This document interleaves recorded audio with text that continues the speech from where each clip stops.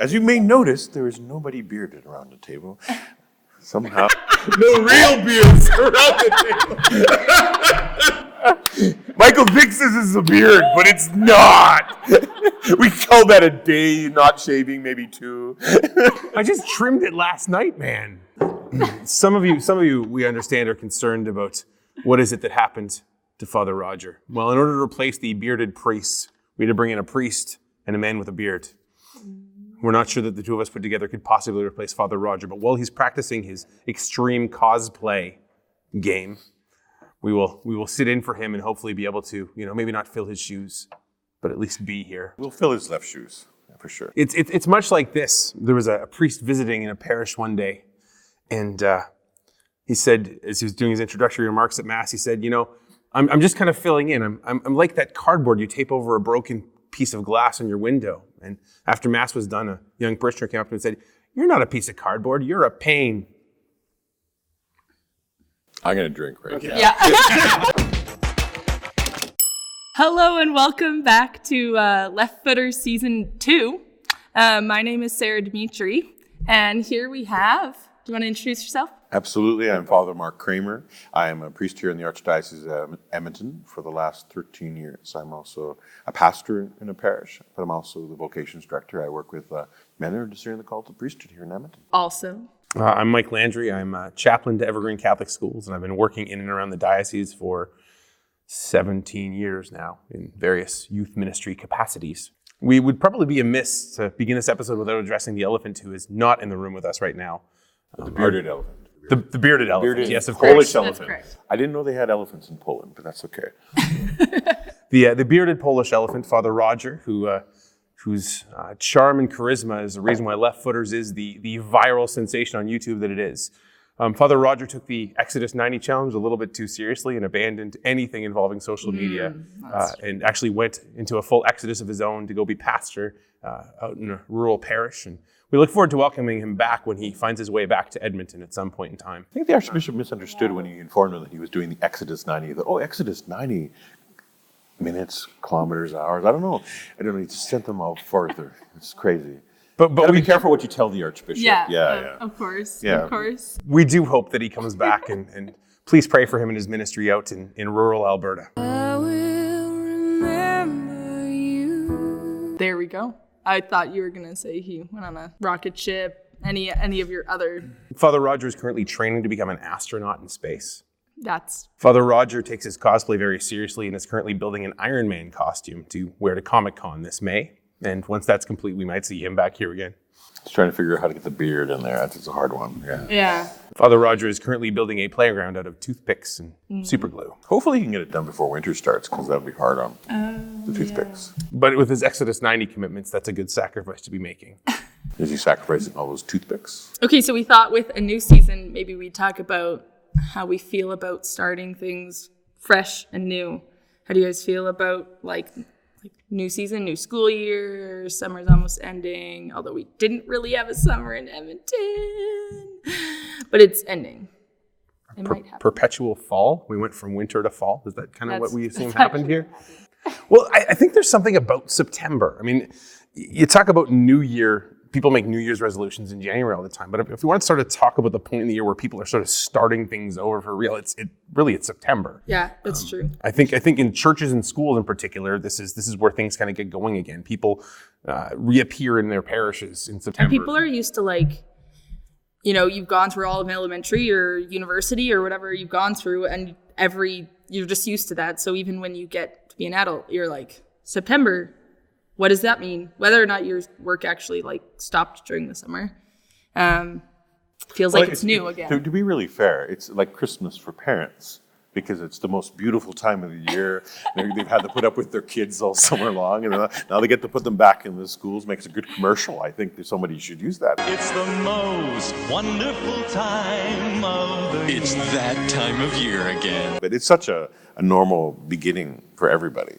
It's so much so that our culture runs that way. September is really the beginning of a a new year. The end of construction season, right? Like you're reaching the end of construction No, season. construction season goes till November. They'll stretch it. That's a good point. That's a good point. So you hit September and things are starting over. I mean, if it was New Year's, like if it was the legitimate New Year's, everybody would be talking about New Year's resolutions. What are you going to do to better yourself in the new year? And I mean, and if you've ever had a gym membership, January is always the roughest month to go to the gym because the place is packed for about 10 days.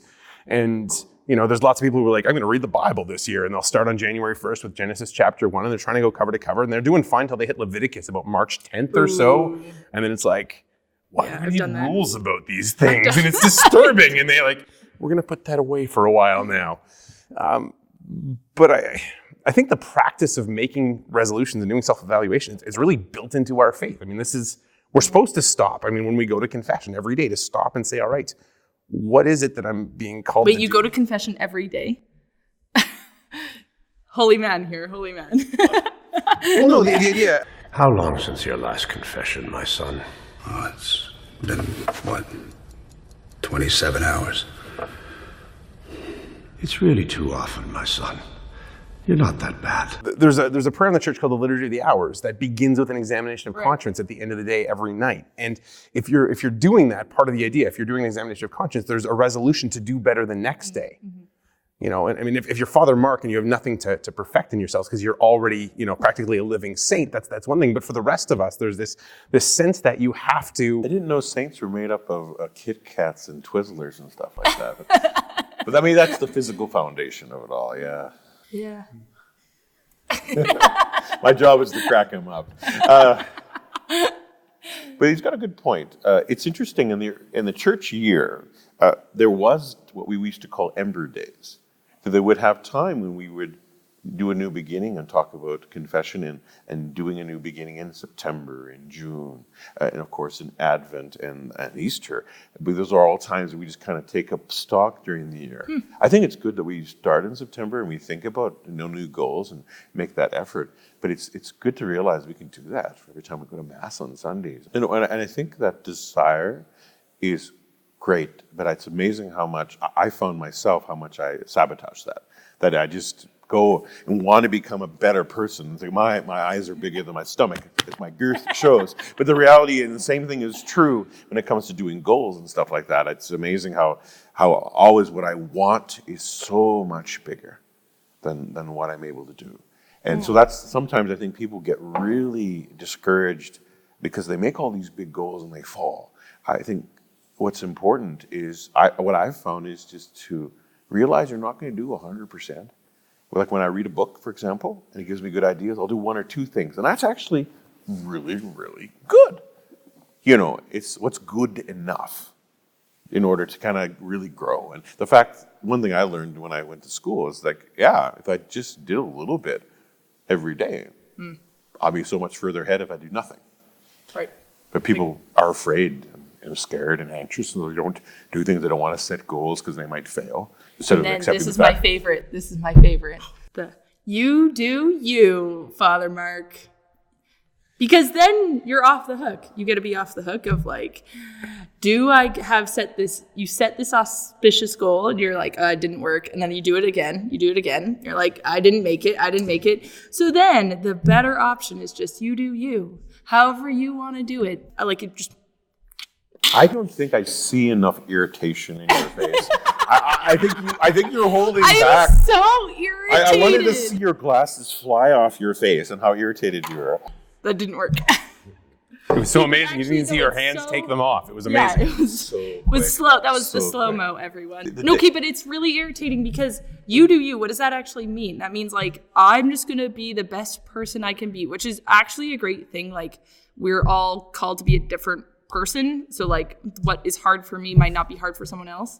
Or what is easy for me might not be easy for someone else. So, like, okay, great. We're going to help each other to know that that's true. But then, like, we're not actually calling each other on to be better people when we're just like, you do you. Whatever's good for you, you can do whatever you want. Like, That's always the most dangerous kind of thing, is something that has a kernel of truth in it. Yeah, we do need to discover, and what I think we forget is discovering who we really are deep down inside. It means a discovery of the good, the bad, and the ugly within us. But it also is a lot of hard work. It takes time, and it's not easy to do. But the thing, if you do you gets used as an excuse to just do whatever. But what if whatever is you being a complete jerk with a capital G? Or like you do Underlined, use even being like a capitalized. pretty good person, but like, are we called to be pretty? Like, are we supposed to be? Oh, at the end of my life, like on my deathbed, I was a pretty good person. Like, super happy about that. Like, not really. Well, I think the sentiment behind that statement, it's rooted. Father Mark's right. It's rooted. There is this kernel of truth where, we're looking for, this sense of identity. I mean, this is something that's in those scriptures that we struggle to read. I mean, you look at somebody like the rich young man who comes up to Jesus and says, what do I need to do? What do I need to do? So Pope Benedict had this great line, so my life isn't wasted. It's that's I feel what like he's that's really what we asking. all want. We all want to know. And so the culture who's trying to answer the question without God is coming up with, well, be you, be the best you can be. And there is sort of this kernel of truth. But the trouble is living in a fallen world is that what we're drawn to or what we tend towards isn't always the best thing for us. If my 5-year-old son wants to play hide and seek in the oven, I'm not to let him do that. If he wants to eat sand, I don't want to let him do that either, because at the playground, how many cats have been through that particular sandbox? I mean, there's lots of reasons why, just doing what we feel like doing or what we seem to tend towards is really dangerous. But the sentiment, the desire to be more than we are, I think is something that God planted in us. And the danger is when we try and direct it towards something that has nothing to do with God, we start missing the point. Well, it's discovering who you is, who we are.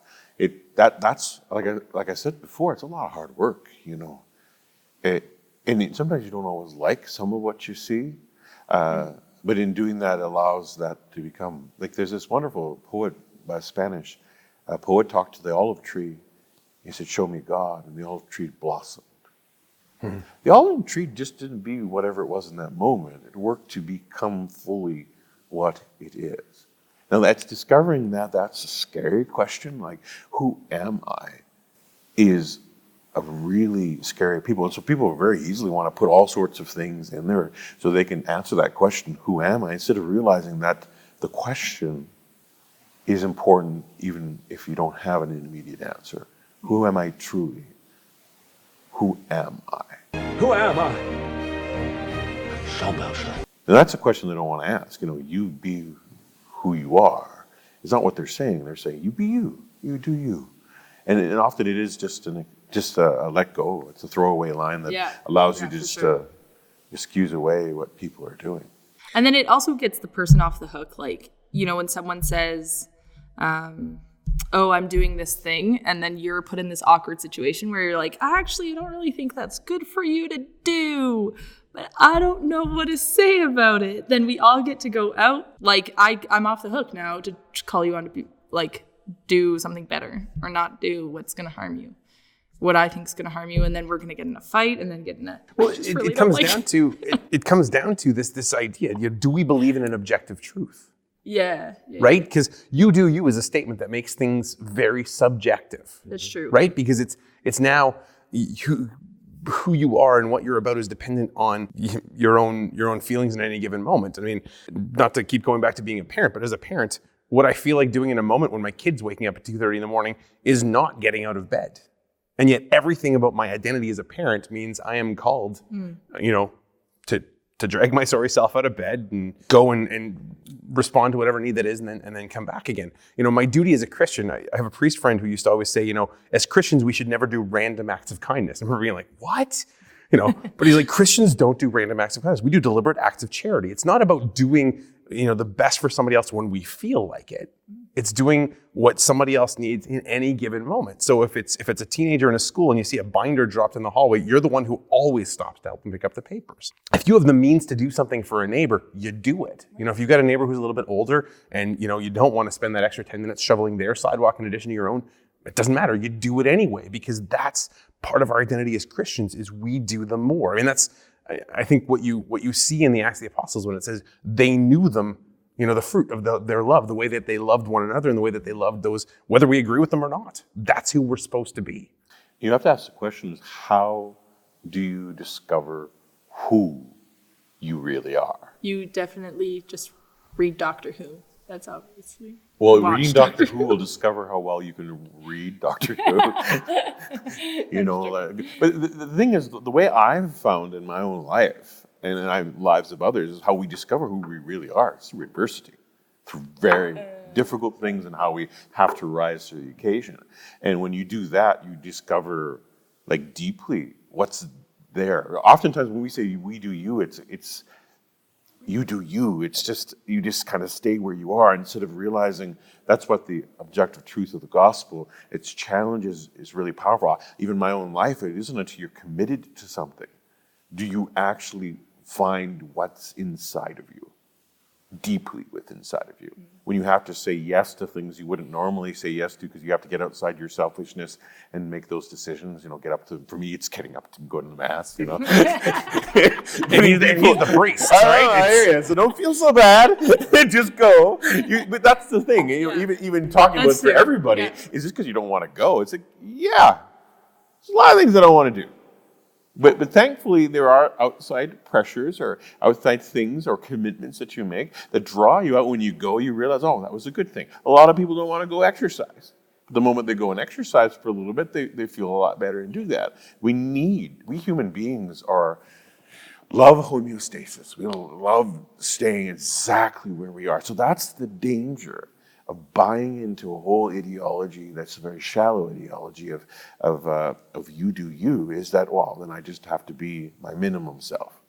Yeah. Instead of letting the opportunity to how do I grow and discover, because that's the thing, only in adversity, only in being committed to things, only in testing yourself, in growing in that respect, will you discover like what you are made of. The metal. I mean, there's a lot of expression. What's the metal of who you are, your character? And so we develop that. I mean, I can't be a plastic. Oh, heck yes, you can. No, but that's not a plastic straw. It can't be a plastic straw. Okay. It's wrong. It's wrong. Okay. But no, the character. You okay, Mike? It's like you're not a paper straw. Those things that like disintegrate in your mouth while you're actually drinking. Those are. We're getting better, but there's been a couple of us. Like, can I be a Twizzler straw? When you were a kid and you like cut both sides off. The Okay. I don't know how we got to Twizzler straws off of what you were saying, but yes. Twizzler straws are delicious. Yeah, they are right. very delicious. Yes. They're not only straws you can use; they are straws we can use. And that's something to talk about. Just reusing a Twizzler straw is difficult. No. But that's the He's thing. gonna go deep. He's gonna go into this. We are going to be environmentally friendly. If we are going to do things in which help the world, we should be able to use things that we can then eat. That are good. Like Twizzler straws are an example. Instead of using plastic that goes in the waste dump, we do that. We use Twizzler straws. We just have them in, that then we can then eat that. Edible taco bowls. That's Edible good. taco bowls. Yep. Yeah. We got to get to the point where we, to add a little fiber, maybe a little paper that we just shred on top of our salad, and we can eat it. But the thing is, whatever, we can get to the point where we're actually eating, then it just goes through our normal system, goes out like it normally does. So Twizzler straw is actually environmentally friendly. If you are what you eat, what happens if you're eating Twizzlers? Well, you are becoming Twizzlers. I found I had to kind of cut it down because patches of Twizzler advertisement was appearing on my clothing. Goodness to others. I am somewhat distressed at the direction this conversation has gone in. Okay, I'll be honest. When Father Marc was talking, I was thinking how interesting, I forget what point it was, but it was something, and it was very interesting about how you How you become a Twizzler. Nothing to do with Twizzlers. Now, how do you become a Twizzler? How many Twizzlers do you have to eat to become a Twizzler? All of them. You get that big Costco-sized pack and you just... Sorry, I'll stop. A few of them. Okay, no, but You got Twizzlers coming out of your nose and your ears. It's too much. Too much Twizzlers. Visual learner. It was the point where you had mentioned, I don't even know. I think the who are you question is an interesting one, even kind of a step back, because so often when we answer these questions, I mean, we all have these social media accounts, whether it's Twitter or LinkedIn or Instagram or whatever, and then you have to write this 3-sentence bio of who you are, right? And what most of us fill into those slots are the roles that we have. I am a husband, a father, an Oilers fan, Twizzler eater, Twizzler eater, a big geek, a dog. We fill in often the things that we do. And if you're going to get down to the essence of what it is to be a Christian, there's a recognition that we are first and foremost always a child of God. So if you're going to try and make you do you, in this Christian vision, well, you is a son or daughter of God. That's who you are first and foremost. So how do you become more that? In a sense, that's the invitation. And Padre Pio has this great line where he says, like, in the spiritual life, you're either moving forward or going backwards. There is no such thing as staying put. You must push forward. And that's kind of a humbling statement to think about sometimes, because I think all of us experience these seasons in life where it's like we're growing like crazy, and we can see it, and we feel the fruits in our lives, and we see these structures of sin that maybe we've kind of tossed aside, or these new habits of prayer. But then we always reach these moments where we seem to have plateaued, and it seems like nothing's going on. And I think that's where the challenge, or the invitation to do a little bit more comes in. This is where you make a resolution to say, I'm going to read the Bible this year. Why? Well, one, because I want to know my own story, but two, because God speaks through it. God challenges us through the stories we read. This is, I think, why in our diocese there's been a great challenge to go back to the scriptures, to live in the Word of God.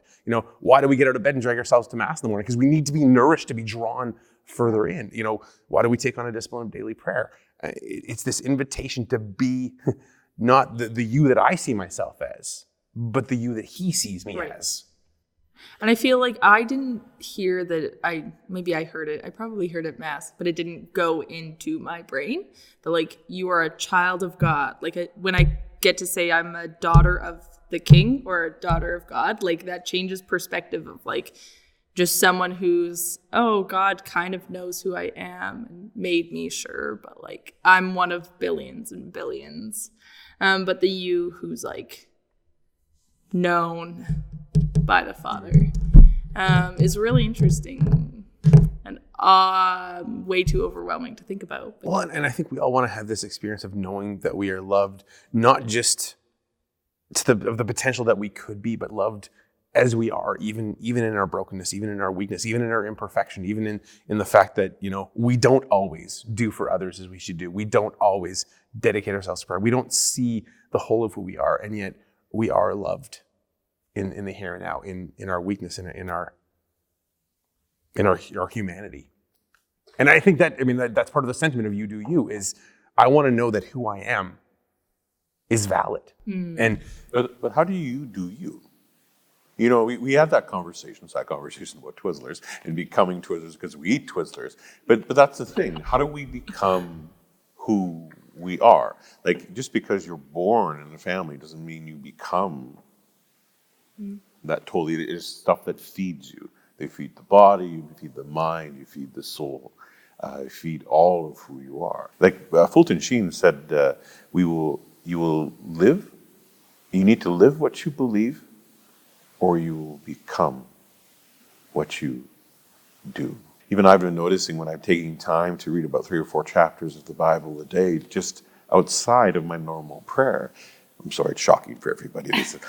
I've had students come to me and say, Father, I can't go pray more than 5 minutes a day. And I just laugh and go, you're talking to the wrong person. I'm beyond that, but I was there. Yeah. But at that point, when you just start doing wherever you happen to be, you feed in your capacity, you begin to grow just because you feed yourself. It's amazing how much, physically speaking, if we don't provide nourishment to our children at certain ages, they just won't grow. And in fact, it's not that just they won't grow, they'll actually develop problems. Who we are comes from what we experience. So why is it important to read 3 or 4 chapters of Scripture a day? Well, so that we're not just talking with the imperfect parents that we have, we're talking with the perfect Father that we have, to get that sense of who you is.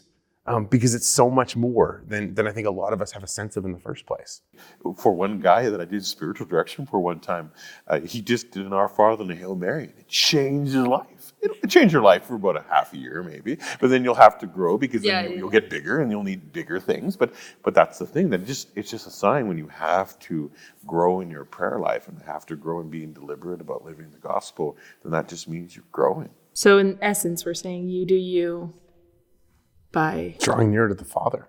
Yeah. I mean, I think there's no better way. I mean, it's I think one of the great struggles that young people have today. I mean, whether it's parents who themselves don't have a relationship with the Father, or parents who themselves, because of various family challenges or marriage challenges or financial challenges that have us working and being in all kinds of places all the time, we don't get that identity from our parents. Yeah. And then all of a sudden we're looking anywhere for it. So it has always been, I guess. But the reality is any of us, once we kind of reach this point where we become responsible for our own faith life, we need to embrace those opportunities to draw nearer to the Father, to become who he created us to be. That's the you, right? Yeah. That's the you. Yeah. So you do you by finding out who you are. From the one who made you. But the thing is, the only way you can know That's perfect. who you are is in the light of the Father. Yeah. Saint Teresa of Avila talked about the human person when they wake up to know God. It's like their body waking up from sleep, like a sleeping foot or a sleeping leg, of being paralyzed. So it hurts, but what you come to is so much better than what you were before. I think any Christian who's grown in their Christian walk will know, there was difficulty and struggle, but it's better than it was before. So, well, I think he has one last thing he wants to say. I can tell. What is the last thing? I think it's the beard. I think it's the beard. He needs to be the last one. Oh, by the to way, speak. if you don't know, he's got a beard.